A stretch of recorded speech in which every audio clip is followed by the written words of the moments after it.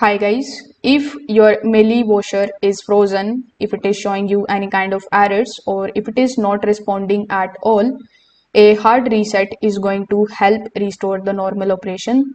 So in this video, you are going to learn how you can reboot or restart the electronics and how you can clear the errors properly. So first off, you need to turn off the washer using the power button, then simply unplug it from the outlet.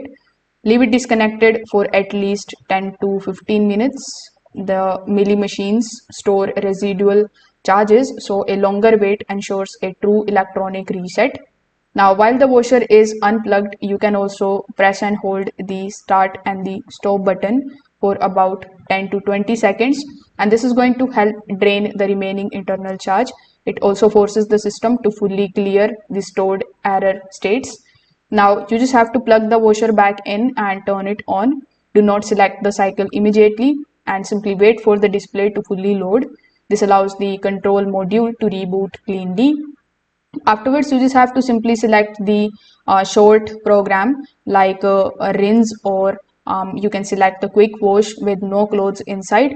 Let it complete one full cycle, and this is going to help the washer recalibrate the sensors and also detect the normal operation.